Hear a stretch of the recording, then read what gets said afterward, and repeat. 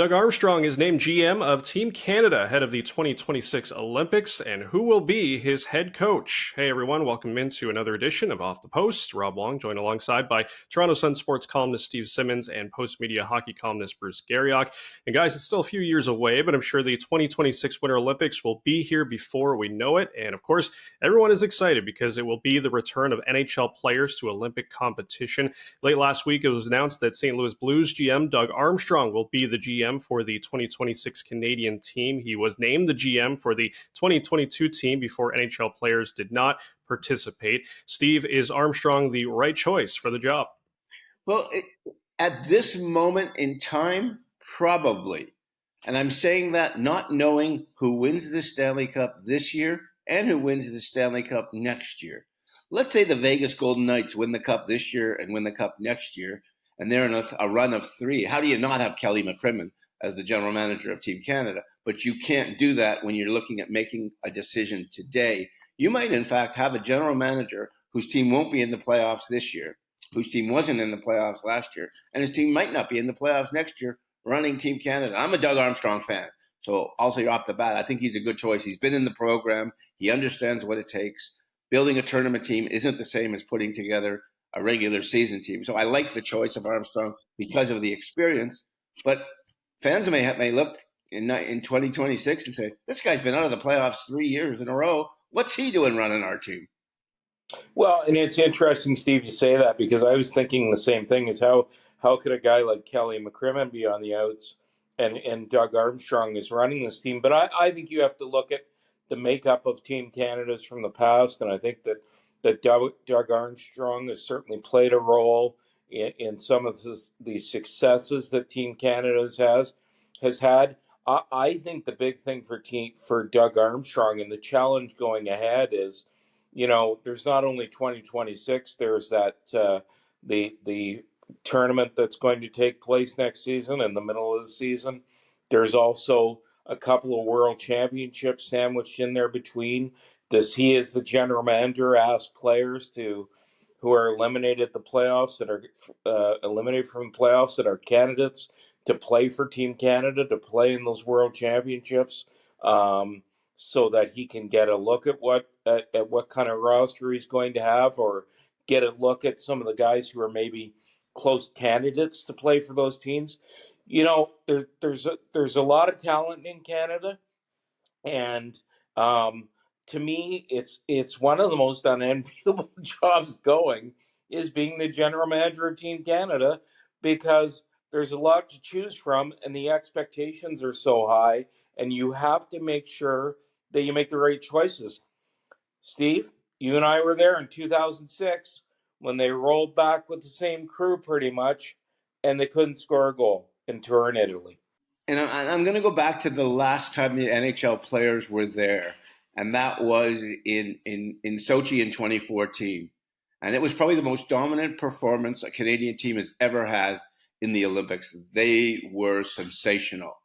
And at the end, on the day they win the gold medal, and it was one of the most obvious gold medal victories you'll ever see, it wasn't with any drama at all. Steve Yzerman looked at a few of us, and he said, I'll never do this again. And you're thinking, here they are in the greatest moment, and they had just won gold, and they had gone through the tournament unbeaten. I think Carey Price only allowed like a handful of goals in the whole, tournament. And he said, I'm never doing this again. There's too much pressure. And that's Steve Yzerman saying that. So you realize it takes a certain kind of person to be able to handle this job, win or lose. And I think Doug knows what he's heading in for, which is why he might be a good choice, because people who don't know that, I mean, here's an accomplished guy like Yzerman who just said, you know what, I've had it. This is too much politics and drama for me. Well, it's interesting you bring up the pressure situation, Steve, because if there's a head coach in the NHL that has been through some of the biggest pressure situations in whether it's the NHL, AHL, it's John Cooper of the Tampa Bay Lightning, Bruce, and he was slated to be the bench boss for the 2022 games. Logic would suggest that Cooper will once again be the guy, Bruce, but is it possible that Team Canada goes in a different direction? I mean, they could, and I think that Steve brought up a team that where the other candidate for that job stands. And I think you have to think of Bruce Cassidy of the Vegas Golden Knights. I think that he's done a tremendous job. He went from a team in Boston that he took to the finals. He had a lot of success there. He was hired as a young coach for the Washington Capitals, had to go back to the minors and recreate himself because he wasn't ready at that time. He's paid his dues. He's done a good job, and I think that one way or another, look, John, I think you're right, Rob. I think that John Cooper is the obvious choice, but I do think that a guy like Bruce Cassidy, Steve, should certainly be considered for the job. And I think a guy who gets overlooked in Canada a bit, but is Canadian through and through, is Jared Bednar of the Colorado Avalanche, who's also had an awful lot of success. And let's see what Jim Montgomery does in this year's playoffs before you think of where he might fit, because he's had a phenomenal run in his short time in Boston. But I talked to Ken Hitchcock about this, and he was involved with a number of Olympic teams in different ways. And he also said that coaching a team for a tournament is very different than coaching an NHL team. The preparation is different, the focus is different, and how you decide of who's going to play where.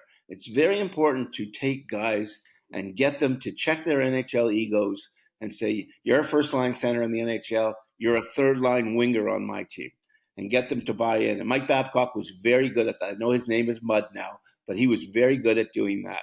And I think John Cooper has been dying to coach Team Canada at a major event. And he has wanted this job for a very long time. I think he's perfect for it. 2 Stanley Cups, 2 more times to the Stanley Cup Finals, and maybe the most comfortable media coach in the industry. And I think that's a big part of your daily work as well at an Olympic Games. If anyone is made to handle all of that, John Cooper's made to handle all that. And I'm saying that with a proviso being, I don't know whether he completely understands what tournament coaching is compared to 82-game coaching, compared to best of 7 coaching. This is best of 1 coaching. That's how you got to be ready for that day, that game, and that's how it works. And he would be my pick. I think he's earned it. I think he deserves it. He's won everything else. Let him win the next gold medal if that's where Canada's heading. A lot of great candidates for Team Canada to go as far as the head coaching position goes. As always, leave your thoughts in the comments section below. For Steve Simmons, I'm Rob Wong, and thanks to Bruce Garrioch as well. Thanks for tuning in. We'll talk to you next week on another edition of Off the Post.